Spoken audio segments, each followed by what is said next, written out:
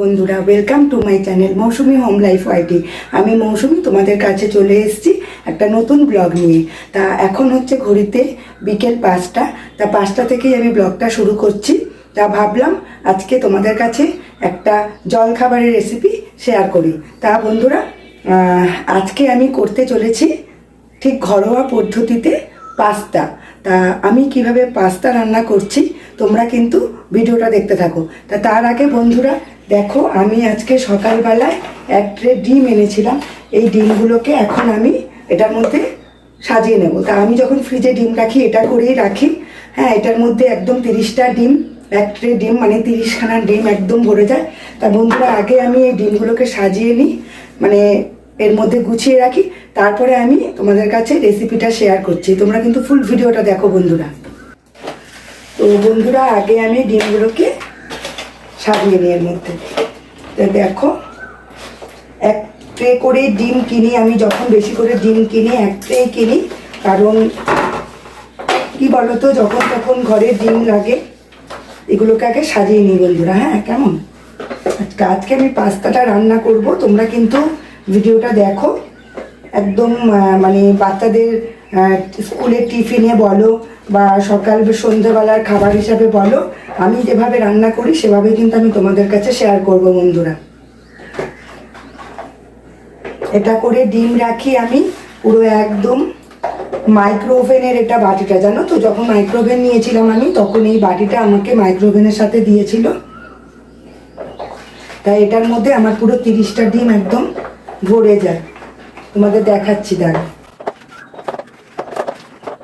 এই দুটো ডিম আমি বাইরে রাখলাম, এটা আমি পাস্তার মধ্যে দেবো। তাই যে দেখো, এক ট্রে ডিম একদম ভরে গেছে। এটাকে আমি পরে ফ্রিজে রেখে দেব। তো বন্ধুরা দেখো, আমি এই এক প্যাকেট ম্যাকারনি পাস্তা নিয়ে এসেছিলাম। এই যে দেখো, তা আজকে আমি এই পাস্তাটাই রান্না করব। তোমরা দেখো আমি কিভাবে পাস্তাটা রান্না করি। তা বন্ধুরা, পাস্তা তো সেদ্ধ হতে একটু সময় লাগে, তাই না বলো? তাই আমি কিন্তু যখনই পাস্তা সেদ্ধ করি তখনই কিন্তু আমি কড়াইতে বা আলাদা বাটিতে সেদ্ধ করি না। আমি কিন্তু প্রেসার কুকারে সেদ্ধ করি। তাতে কি হয়, প্রেসার কুকারে সেদ্ধ করলে একটা সিটি দিলে ভেপারটা যাওয়া অবধি যদি রাখি তাহলে অনেকক্ষণ বলছি সরি, যে পাস্তাটা তাতে ভালোভাবে সেদ্ধ হয়ে যায় আর খুব তাড়াতাড়িও হয়। এতে গ্যাসটাও বাঁচে, তাই না বলো? গ্যাসটাও তো আমাদের বাঁচাতে হবে, গ্যাসের যা দাম বেড়েছে। তার জন্য আমি এই পাস্তাটা এখন সেদ্ধ করব প্রেসার কুকারে। তা তোমরা কিন্তু দেখো আমি কিভাবে কি প্রসেসে আজকে পাস্তাটা রান্না করছি। খুব সহজ পদ্ধতিতে, আর খেতেও কিন্তু সুস্বাদু হয়। তা তোমরা কিন্তু পুরো ভিডিওটা দেখতে থাকো বন্ধুরা। তো দেখো বন্ধুরা, আমি প্রেসার কুকারের মধ্যে পরিমাণ মতন যতটা পরিমাণে পাস্তা রান্না করব আমি নিয়ে নিয়েছি। এবার আমি এর মধ্যে জল দিয়ে দেব। তো দেখো, আমি এর মধ্যে পরিমাণ মতন জলও দিয়ে দিয়েছি, আর সাথে আমি অল্প পরিমাণে একটু লবণ দিয়ে দিলাম। এরপর আমি প্রেসার কুকারের ঢাকনা বন্ধ করে একটা সিটি হওয়া পর্যন্ত ওয়েট করব। গ্যাসটা জ্বালিয়ে দিলাম। এবার প্রেসার কুকারে একটা সিটি হলে তারপরে আমি গ্যাসটা বন্ধ করে দেব। আর যতক্ষণ না পর্যন্ত ভেপারটা না যাচ্ছে ততক্ষণ কিন্তু আমি প্রেসার কুকারের ঢাকনা খুলবো না বন্ধুরা। তাহলে সিটিটা হওয়া অবধি আমরা ওয়েট করি। আর এখন দেখো বন্ধুরা, এদিকে সিটিটা হচ্ছে হবে। প্রেসার কুকারটা গ্যাসে বসিয়ে দিচ্ছি, আর এদিকে আমি দুটো পেঁয়াজ নিয়ে নিয়েছি। এখন আমি পেঁয়াজগুলোকে কুচি করে কেটে নেব।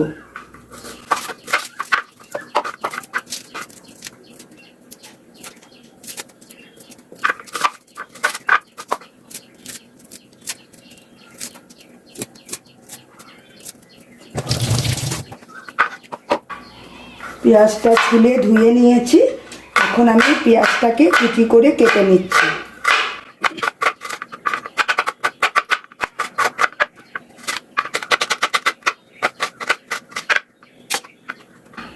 এই পেঁয়াজটা লাগবে না, এটাকে রেখে দেব। অনেকটাই পেঁয়াজ কুচি হয়ে গেছে।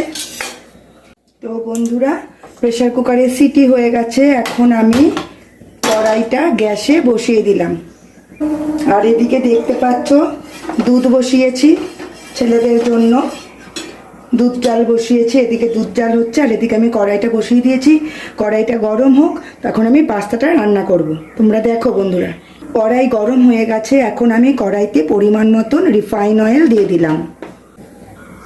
তেল গরম হয়ে গেছে। এখন আমি পেঁয়াজ কুচি করে রেখেছিলাম, পেঁয়াজ কুচিটা দিয়ে দিলাম। তো দেখো বন্ধুরা, এদিকে পেঁয়াজটা ভাজা ভাজা হতে থাক। আমি গ্যাসের আঁচটা একদম কমিয়ে দিয়েছি। আর ওদিকে আমি প্রেসার কুকার ভেপার চলে গেছে, পাস্তাটাকে ঝুড়িতে ছেঁকে নিচ্ছি। পেঁয়াজটা ভাজা ভাজা হওয়ার সময় দেখো দুটো কাঁচা লঙ্কা আমি কুচি করে রেখেছি, সেই কাঁচা লঙ্কাটা দিয়ে দিলাম। এবার লঙ্কাটাকেও আমি পেঁয়াজের সাথে ভালোভাবে একটু ভাজা করে নেব। খেয়াল রাখবে যাতে পেঁয়াজটা পুড়ে না যায়। একটু গ্যাসের আঁচটা কমিয়ে দিয়ে পেঁয়াজটাকে হালকা করে ভেজে নেবে। দেখো বন্ধুরা, পেঁয়াজটা আমার হালকা হালকা ভাজা হয়ে গেছে। এই পর্যায়ে আমি কি করব, এই যে আমি দুটো ডিম রেখেছিলাম, দুটো ডিম আমি ফেটিয়ে আমি কড়াইয়ের মধ্যে দিয়ে দিলাম। এবার আরেকটা ডিম দেব।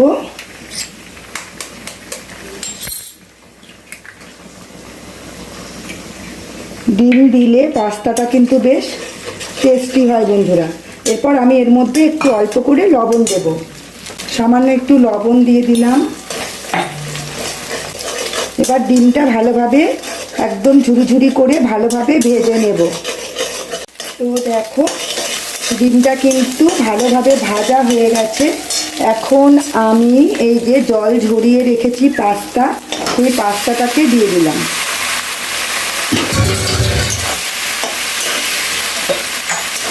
পাস্তাটা দিয়ে এর মধ্যে আমি অল্প করে লবণ দিয়ে দেব, কারণ লবণটা কিন্তু বুঝে ইউজ করবে।